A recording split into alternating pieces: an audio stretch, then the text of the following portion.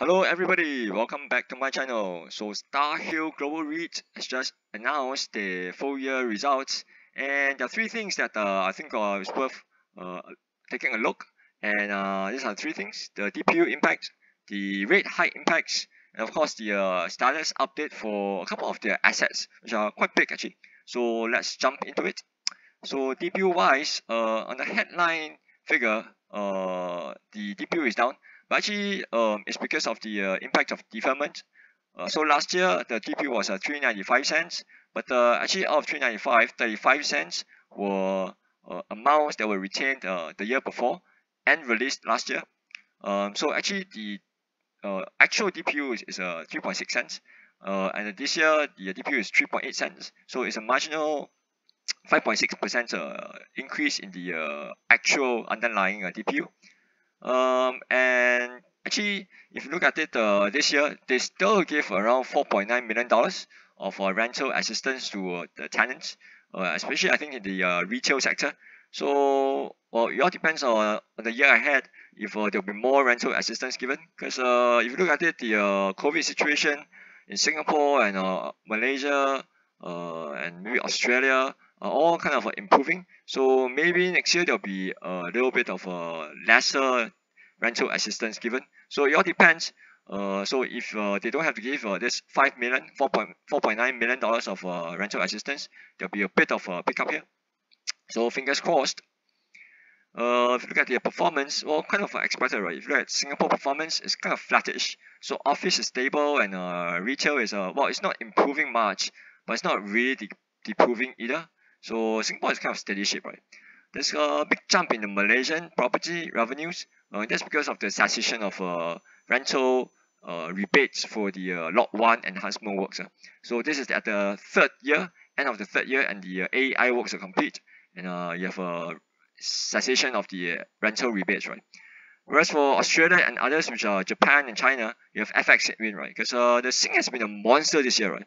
It's been appreciating against the Australian dollar, the ringgit, and the yen. So there's some headwinds here, FX base. So quite surprising though that we saw a property valuation downwards for Wisma Atria. So it went from 878 million to 838 million. So a 14 million drop, right? So quite surprising because if you look at the numbers from CICT, well, the numbers are kind of established, right? So I guess the valuers are pricing in a bit of uncertainty around the impact of tourism on the Orchard Road belt. And for the rest of the properties, it's kind of stable, but again, subject to FX headwinds, right, and the translation. And over here, they give you the FX used for the calculation and translation. So the Sing has been a monster this year, right?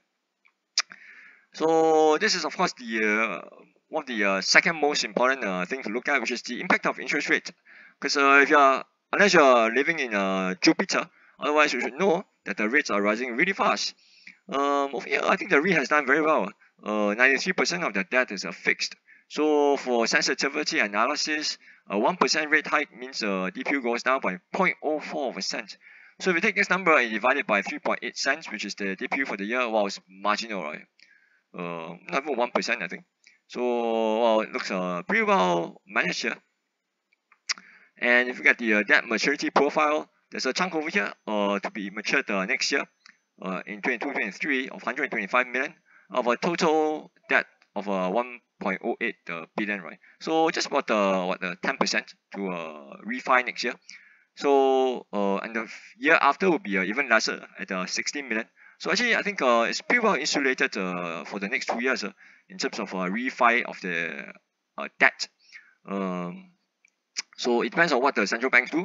Are they gonna hike for many years, or hike and hold, or hike and cut? So well, it's hard to say, right? But look at it, people are pricing in a probability of a recession, and therefore the need to cut rates. So it really depends what the central banks do. I don't know. But on the whole, I think this rate is pretty well managed against the impact of interest rate hikes. Probably one of the better ones, one of the best, at least in terms of interest rate hikes. And also the 100 million perps that they have, it's only gonna reset in 2025, right? So that's quite some times away. So for the near term, I think it's pretty well insulated. So well done, blokes. So if you look at the expiry profile for the assets, again a very long maturity, right, for the leases, like 60% or something, by NLA at least. So quite a lot of stability in the rent. I think two big assets have some status update though. So first of all, the Ton Shin master lease at Ngee Ann City, it was renewed at prevailing rents for the next 3 years. So that's a big concern done. So it's renewed at the prevailing rent. But the issue is that in 2025, the master lease will cease. It will end, right? So it's not clear what will happen after that. But the manager did say though that the various options are being assessed with a focus on balancing returns and stability. I'm not sure what it means, but if you look at the master lease at the Ngee Ann City, it's quite a big chunk of space, right? So what would they do with it? Would they find a new master lease to sign to go into? But the problem is that what's the status and the future of a departmental store in Singapore, right? Because if you look at it, it seems to be a big change in the retail scene, and departmental stores are not that in favor anymore, right? So one option is for them to find a departmental store or something of a similar-ish anchor tenant and do a master lease, or maybe to just take it over and manage it on their own, right? And subdivide it into smaller sections. So I'm not sure what will happen though. I think it will be a pretty major consideration in 2025. But that's 3 years away, so well, it's worth keeping at the back of your mind though. And lastly, the AEI works at the Star Hill in Malaysia. Oh, quite surprised that it's been 3 years already. Seems like yesterday that the announcement was made. But on hindsight, right, actually it looks like on hindsight, the AEI was done with perfect timing with the dovetailing and the occurrence of COVID in 2020. So right when they started doing AEIs, when the malls have to be closed and do upgrading works, COVID struck, right, which would have made the mall pretty much empty anyways. So on hindsight, it was the perfect opportunity to embark on a super major AEI works, right?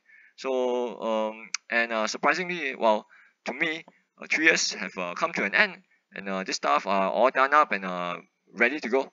So if I go back 3 years ago and I look at the lease rental pay timetable, so we are at the third year, right? And the first 3 years, the rental was $52 million, ringgit, I mean. But they had to give a rental rebate of $26 million for year 1 and year 2. So this is year 3, right? So I assume that they received the 52 million ringgit for this FY. And next FY onwards, for the next 3 years, you'll get 54.5 million ringgit. So it's a small jump up of 2.5 million ringgit, right? So with a sing of around 3, that's like 800k. Well, marginal, but still nice to see, right? But what's good is that from now onwards, there's gonna be a little bit of rental escalation every year, right? For the next 15, 16 years, right? So that's nice to see. So on the whole, I think it's pretty well run at this rate. That maturity and the profile is pretty well insulated against rate hikes, and steady ship. Hoping for the return of tourism and the shoppers and spendings at the Orchard Road belt. So that's it for this video. If you like what you saw, remember to subscribe, like, share, and comment. I'll see you guys very soon, dude.